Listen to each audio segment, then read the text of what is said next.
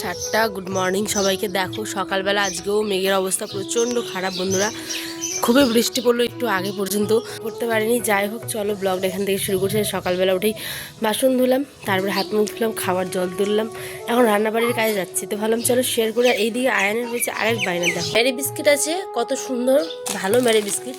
এই বাচ্চা খাবে না, দেখেছ? কেন খাবে না তুমি, কেন খাবে না? কত টেস্টি, একবার খেয়ে দেখো, আমি খাইয়ে দিই। দাঁড়ো, এই যে এরমভাবে জলে ডুবোবে, দেখো দেখো তো, আম করো তাড়াতাড়ি, কত টেস্টি। খাও খাও, মনে হচ্ছে জ্বরের ওষুধ খাচ্ছে, এরম করছে মুখটা। আর চা করে দেবো, চা তাদের নাও, তাড়াতাড়ি খাও। হ্যাঁ, চায়ের কথা যদি শোনে তাহলে ওই যেই কিছু থাক তো পর্যন্ত খেয়ে নেবে। আরে চা করে দেবো, তাড়াতাড়ি খেয়ে নাও, নাও আ করো, বড় করে আ করে কামড়টা দাও। কত টেস্টি বিস্কিটটা, নাও চা করে দেবো। ধরো, চা খেতে হলে আগে বিস্কিট খেতে হবে, বুঝলে? নাও খাও। মেঘের অবস্থা খুবই খারাপ, লাইন চলে গেছে, কখন আসবে কেউ জানে না।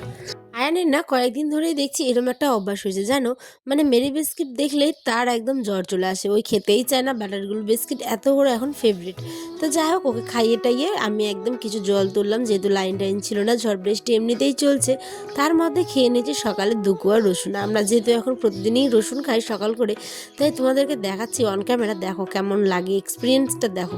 মানে একদিন জাস্ট খাবে তোমরা, তারপরে বুঝবে কেমন গাল জলে, গলা টলা সমস্ত কিছু ভিতরে জলে, কিন্তু পেটে গেলে তো অনেক উপকার, সেই কারণে খারাপ লাগলেও খেতে হয়। তারপরে চলে আসলাম রান্নাবাড়ির কাজে। তার আগে দেখো আয়ন কিন্তু বায়না ধরেছে, এই যে মা আমি কাজল পরবো, টিপ পরবে আর কি, ঠিক আছে? তো তার ইচ্ছেটাকেও এখন আমি পূরণ করছি, দেখো টিপ পরিয়ে দিচ্ছি। ছোটোতে করে কিন্তু বারবারই এই টিপটাই পরানো হতো। আমি মনে করি বাচ্চাদের টিপ পরানো ভালো, কিন্তু এখন তো বড় হয়ে গেছে, তাই এখন ওকে আর পরানোর মন চায় না, কিন্তু আজ হঠাৎ ইচ্ছে হলো তাই পরালাম। করেছি, দেখো কেমন লাগছে, হাই করো।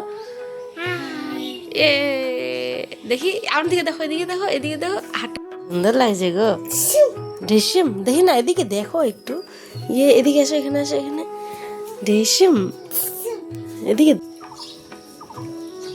ঘরে কোনো সবজি না থাকায় কাঁঠাল রান্না করলাম। কাঁঠালের ভাজা তোমরা কে কে খাও আমাকে জানিও। কিন্তু সবজি তেমন কিচ্ছু ছিল না, যেহেতু বৃহস্পতিবার ছিল আমাদের এখানে ইলেকশন, তা ইলেকশনের দিন কিন্তু হাট বসেনি, শুধুমাত্র 2টা শাকের তার পেয়েছিল কোনো ভাগ্য করে।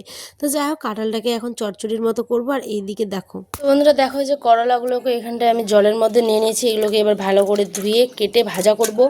করলা ভাজা, আলু সেদ্ধ, আর এদিকে কিন্তু কাঁঠালের ভাজা, ঠিক আছে? মানে কাঁঠালের তরকারিও ভালো করে, কিন্তু আজ তরকারি করব না, কাঁঠালের ভাজা করব। তো চলো পুরো ভিডিওটা দেখো। বর্ষার সময় বিশেষ করে এই শাকসবজি, শাকে তো না সবজিগুলোতেই পোকা পাওয়া যায়, ঝিঙে বলো, তোরই বলো, মানে তারপরে আইঠা যেটা হয়, যেটা বড় বড় লম্বা লম্বা, তারপরে করলা, এগুলোতে কিন্তু কম বেশি, প্রায় বেগুন, ঠিক আছে, এগুলোতে কিন্তু প্রচুর পরিমাণে না হলেও হালকা হালকা পোকা ধরে নেয়। তো যাই হোক, পোকা ছিল, কিছু কিছু ভালো করে পরিষ্কার করে কাটা হয়েছে, কিছু আবার ফেলে দেওয়া হয়েছে। তারপরে এদিকে কাঁঠালের চচ্চড়ি হবে বলে কাঁঠালটাকে কিন্তু আমি ভালো করে ধুয়ে একদম পরিষ্কার করে নিব। তার আগে দেখো, কাঁঠালটা কাটার আগে কিন্তু তেল লাগিয়ে দিচ্ছি বডিতে, হাঁটতে। আর এখানটায় কিন্তু আমি রেখেছি হলুদ আর নুন, মানে তেল মিক্স করা জলে। তারপরে এদিকে তো বসিয়ে দিলাম করলা ভাজি, আর এখানে বসিয়ে দেবো ভাত। যেহেতু আলু সেদ্ধ ভাত করার ছিলাম, তো ভাতে কিন্তু আলুটা সেদ্ধ হয়ে গেছিলো, ঠিক আছে?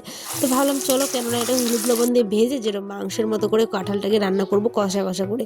তো যাই হোক, ওরমই যেমন ভাবনা তেমন চিন্তা করতে করতে সমস্ত বাটা মশলা, জিরে, আদা, রসুন, পেঁয়াজ, লঙ্কা, সমস্ত কিছু, গোটা ফল, এলাচগুলো যেগুলো হয় সেগুলো দিয়ে ভালো করে মশলা কষিয়ে, তেলটা একটু বেশি দিতে হবে, যেহেতু কাঁঠাল তো মাংসের মতো রান্না করব, সেই কারণেই।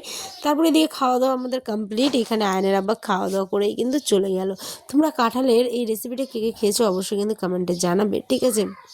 আর এদিকে কিন্তু আয়নের আব্বা বেরিয়ে গেল, আর এখানটায় আমার ছিল কিছু কাপড়। ঝড় বৃষ্টি হলেও কাপড়গুলো কয়েকদিন ধরে জমায়েত হয়ে গেছে, তো সেই কারণে ধুতে তো হবেই, তাই না? কতদিন আর রাখবো? 1 বালতি 2 বালতি কাপড় কেচেছি, এখানে তোমাদের সাথে 1 বালতি শেয়ার হয়েছে, পিছনে আবার 1 বালতি কেচেছি। তারপরে চলে আসলাম বাসন ধোয়ার, মানে সমস্ত কিছু এক হাতে করতে হচ্ছে, জানো, তাড়াহুড়ো করছে, এদিকে কাপড় ধুতে হবে, এদিকে আবার বৃষ্টিটা কিছুক্ষণের জন্য ছুটেছে, তারপরেই আবার আমাকে সমস্ত কাজ করতে হবে মধ্যে আর কি। এদিকে আয়ান আমার কাজে হেল্প করছে, দেখো ছোট্ট আয়ান কত বড় হয়ে যাচ্ছে আস্তে আস্তে, তাই না? তারপরে বারান্দাটাতে যেহেতু রান্না করলাম, এক ঘর এক বারান্দা, তাই সবসময় চেষ্টা করি পরিষ্কার রাখার বন্ধুরা, কারণ এত পরিমাণে নোংরা হয়ে যায় রান্নাবাড়ি করতে গিয়ে, তো জানোই আলাদা যেহেতু নেই, সেই কারণে একসঙ্গেই ঘর বারান্দা, তাই পরিষ্কারই রাখতে জল দিয়ে একদম ধুয়ে দিচ্ছে। আর এখন তো গরমের সময়, তাই মানে মাছি যাতে না আসে সেই কারণে একদম ভালো করে ধুয়ে ফিনাইল দিয়ে করে দিচ্ছি। দেখো ডিম আনতে এসেছিলাম খিচুড়ি, আর এসে দেখি বৃষ্টি চলে এসেছে। দেখো ঝিরিঝিরি করে বৃষ্টি, এখন ভিজে না যায় তাড়াতাড়ি এই ফাঁকা জায়গাটা পার হতে হবে। গাইস ব্যাস বাগানের মধ্যে দিয়ে যাচ্ছে ডিম নিয়ে বৃষ্টির মধ্যে। ঝড় বৃষ্টি উঠে গেছে, এদিকে আমি দৌড়াতে দৌড়াতে গেলাম সেন্টারে ডিম আনতে। ভাবতে পারছো সেন্টারে যেহেতু আমাদের ডিম দিচ্ছে, আর এদিকে দেখো ঝিরিঝিরি আবার বৃষ্টি, স্নান করে ভিজে গেছি, ঠিক আছে, সেই কারণে স্নান করে কিছু কাপড় চোপড় ছিল ওগুলো তো তুলে নিলাম, আর যেগুলো ভেজা রাখার জায়গা নেই তাই এখানে আবার মেলে দিলাম। আর এটাই ছিল দুপুরের খাবার, এখন বাজে 12টা। তো যাই হোক ভিজে টিজে এসে একটুখানি খাবো এখন। আশা করছি ব্লগটা তোমাদের ভালো লাগলো, দেখা হবে নেক্সট ব্লগে। সকালে ভালো থেকো, সুস্থ থেকো।